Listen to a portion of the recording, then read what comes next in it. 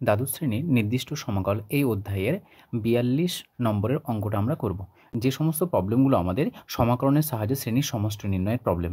So ৪২ নম্বর প্রবলেমটা দেখো দেওয়া আছে limit n tends to infinity 1/n+1 plus 1/n+2 এভাবে আমাদের 1/n প্লাস এটা n+n হবে n এর আমরা সলিউশন নির্ণয় করব। সো এর আগের লেকচারে আমরা এই শ্রেণীর সমষ্টি নির্ণয় কীভাবে করতে হয় সেটা আমরা শিখেছি। আজকে আমরা সেকেন্ড প্রবলেম করছি। সো দেখো আমাদের ফর্মুলা কী ছিল, যে limit n tends to infinity 1/n summation r equals to 1 to n f of r by n সমান ইন্টিগ্রেশন 0 to 1 fx dx। এটা ছিল আমাদের ফর্মুলা। বাম দিকে যে এক্সপ্রেশনটা দেখতে পাচ্ছ এটা আমরা এটা তৈরি করব। তৈরি করার পরে সঙ্গে সঙ্গে আমরা 0 to 1 লিখব, আর জাস্ট যেখানে f of r by n রয়েছে, যেখানে r বাই n রয়েছে সেখানে আমরা x বসিয়ে দেবো, নিয়ে সরাসরি আমরা ইন্টিগ্রেট করব। সো দেখো প্রথমে কী করবো আমরা, দেখো এখানে একটা অংশ, প্রথমে লিমিট থাকবে, তারপরে 1/n থাকবে দুটি অংশ, আর এই টোটালটা আছে আমাদের তিনটি অংশ। প্রথম অংশ দেখো লিমিট আছে, লিমিট দিয়ে লিখে দাও, শুধু কম্পেয়ার করে এটা সাজাও। 1/n, আচ্ছা 1/n আছে কি, 1/n আমি জোর করে লিখলাম। যেহেতু 1/n দ্বারা ভাগ করলাম, আমি কি করব, প্রত্যেকটা পদকে আমি n দ্বারা গুণ করে দিচ্ছি। So n/n+1 plus n/n+2 plus n/n+3 up to n/n+n। যেহেতু আমরা n দ্বারা ভাগ করেছি, সুতরাং আমরা কী করলাম, n দ্বারা গুণ করে দিলাম। যদি এই লাইনটা অসুবিধা হয় তাহলে আরেকটা এক্সট্রা লাইন করছি, limit n tends to infinity 1/n করলাম, 1/n করলাম, n দ্বারা গুণ করলাম,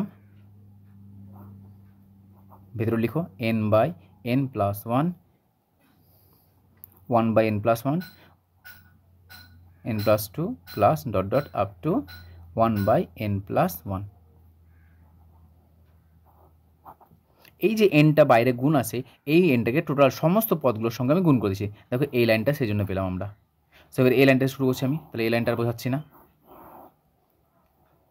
সো আমরা এটা লিখে নিচ্ছি, limit n tends to infinity 1/n n/n+1 n/n+2 plus n/n+3 plus up to n/n+n। এবার দেখো এখানে কতগুলো স্টেপ মনে রাখবে, যে স্টেপগুলো আমরা করব। স্টেপ নাম্বার 1, প্রথমে কী করবো আমরা, স্টেপ 1-এ 1/n রাখতে হবে। স্টেপ 2, লব ও হরের মধ্যে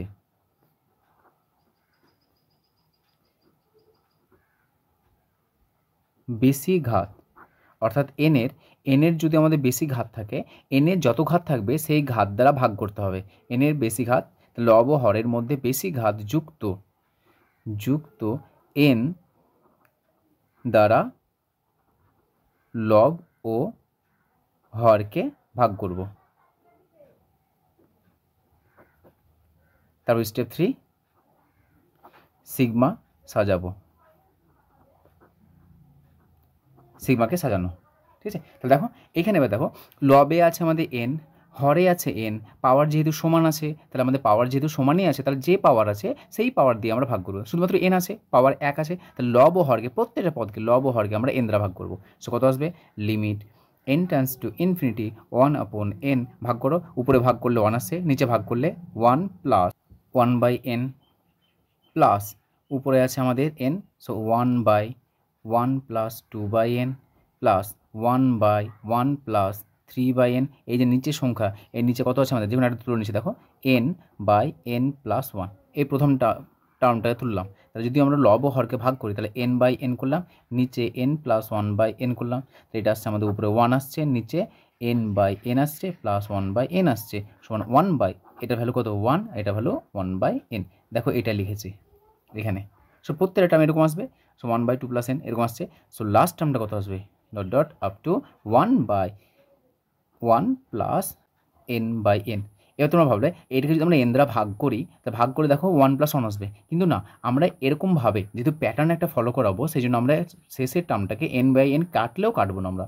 তাহলে দেখো 1 plus 1 plus 1 plus one plus আকার আসছে, তাহলে এই আকারে এসেছে, তাহলে এটাকে এবার আমরা সিগমার আকারে লিখবো। So limit n tends to infinity 1/n। আচ্ছা বলো তো, একে যদি সিগমার আকার লিখতে চাই, এখানে যে প্রত্যেকটা পদ রয়েছে প্রত্যেকটা পদের আকার কেমন আছে বলো তো, 1/সামথিং না, তাহলে 1/, দেখো উপরে 1 1 1 1 বাই আছে, তাহলে লিখো 1/।